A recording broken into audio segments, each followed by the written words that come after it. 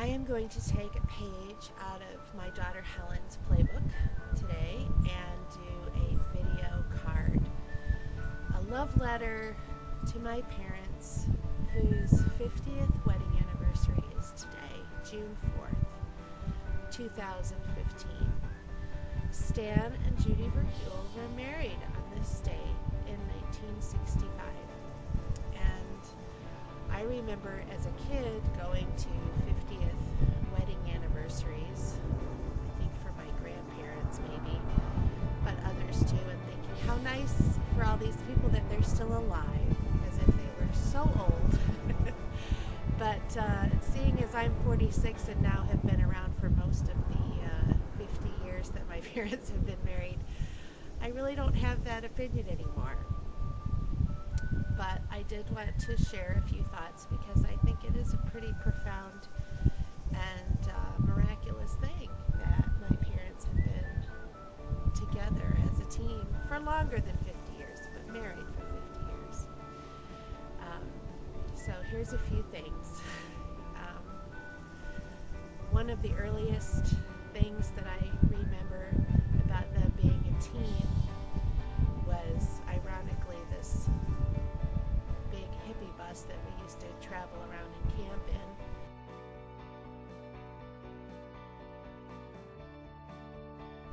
I don't know how they could have pulled that off except as a team. That doesn't sound very romantic, but I don't remember them working on it very much, but I do remember them fixing it a lot.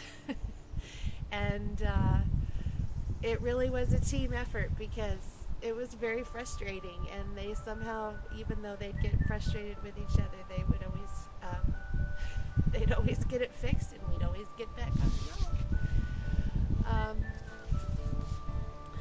One of the other things that I remember about my parents, which is funny, and maybe my sisters can remember this too, was they clearly were enamored of one another, and they expressed their affection very openly with us.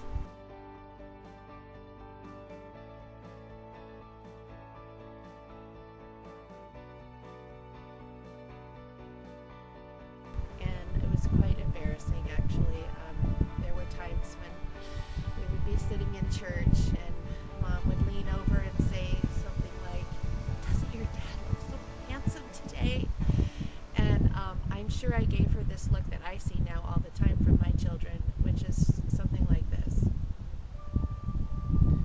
Like, ew. But we would agree, because Dad actually is a very handsome person, but, you know, he's your dad. But she was they both were very affectionate. My dad was always trying to be very shocking about it. He would say things like, "Your mom is such a sex pot." And that really would get the look. That actually would make us run out of the room in horror. But we knew that they absolutely adored each other. As a teenager, or maybe even preteen, I can't remember everything, or the timetables for everything, but I do remember there were times when it was hard. And as all of us who are married or in long-term relationships know, it is really hard to be a team in a relationship, and they'd have fights. I do remember once when we lived in Boulder, my mom got really mad about something, and she just took off and walked down the street. She said, "I'm leaving," you know, and at the time, I had a friend whose parents were going through a divorce, and it freaked me out because I worried about everything. I'm so glad I don't do that anymore. But I was really worried, like, you know, this was breaking up, you know, and of course it wasn't. And I can't remember which one of my sisters brought me back to reality, which was like, who's cooking dinner? And I think we had pancakes that night. But Mom did come back, and of course, and you know, now that I am a married person, I'm grateful that we got to see that it wasn't always easy. I don't think I went into my own marriage feeling like I knew what the perfect marriage was, but I knew what a realistic one was.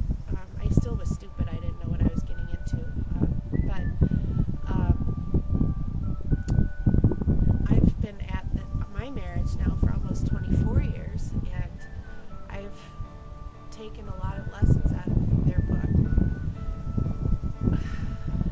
they'll always tell you they have no idea what they're doing.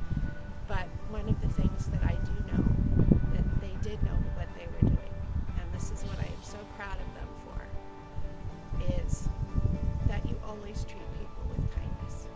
Even if you don't like them, or they're not nice to you, you always are kind to people. That's not always the warm, fuzzy kind of kind, but you treat people with respect and kindness. And that's how they treated each other. And always, always, always, their home was open to anybody. We had people coming in and out of our house all the time.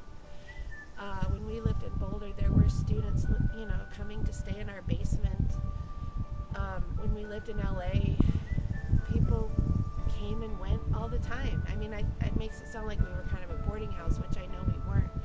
But that had a profound effect on me, that you need to be hospitable. And I wish I could do more of that in our life. And I know we're kind of not at this space maybe where we can, but that was always very important to them, that they had something that they could offer.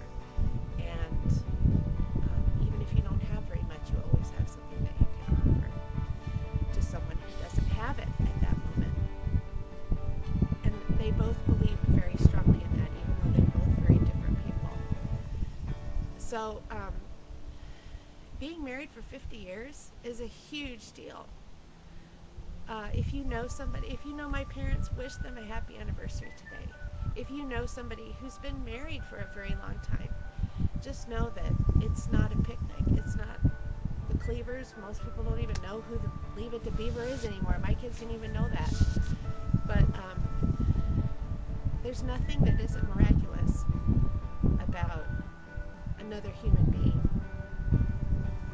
and being willing to love them so much that you would share your life so intimately with them.